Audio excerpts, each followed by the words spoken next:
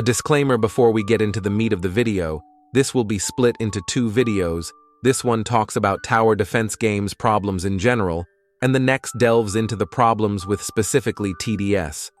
Also, this is my opinion on what the problem with tower defense games is. You can post your own opinion in the comments after viewing the video, and I may reply to it. Anyways, into the video. The Roblox tower defense genre is one of the most unique genres of games on Roblox.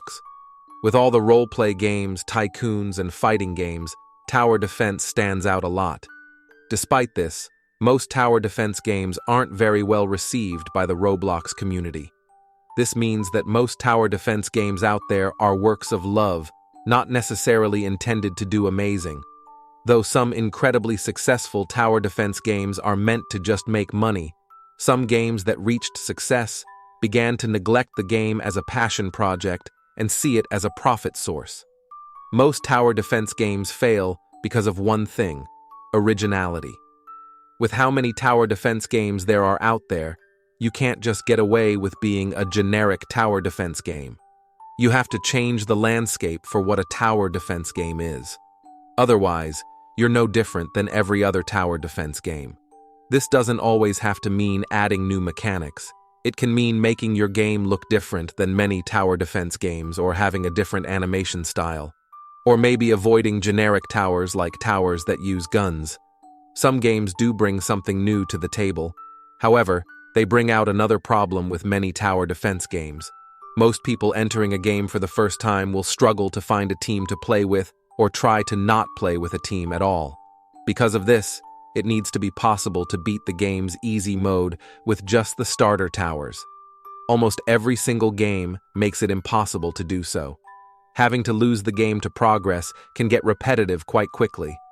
It doesn't give you the dopamine necessary to keep you interested in the game. Having an easy mode that is maybe just barely possible for new players can keep them playing until they are ready for more difficult modes.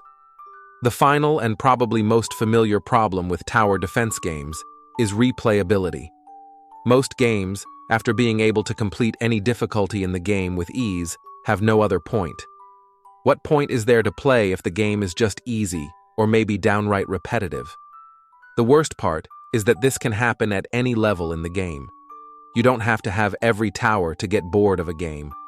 Any point in the game where progression slows down significantly can result in boredom.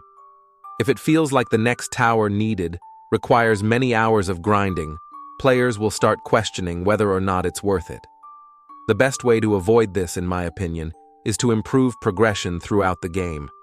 When testing the game, make sure that there aren't points where it seems like it will take a long time to obtain such towers.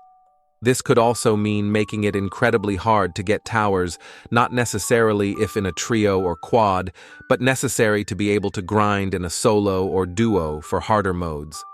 This could also mean creating lots of endgame content for higher level players. Perhaps a randomized mode, an endless mode. There are many ways to keep your player base entertained without depriving them of content. In conclusion, the success of a tower defense game lies in its originality, accessibility, and replayability.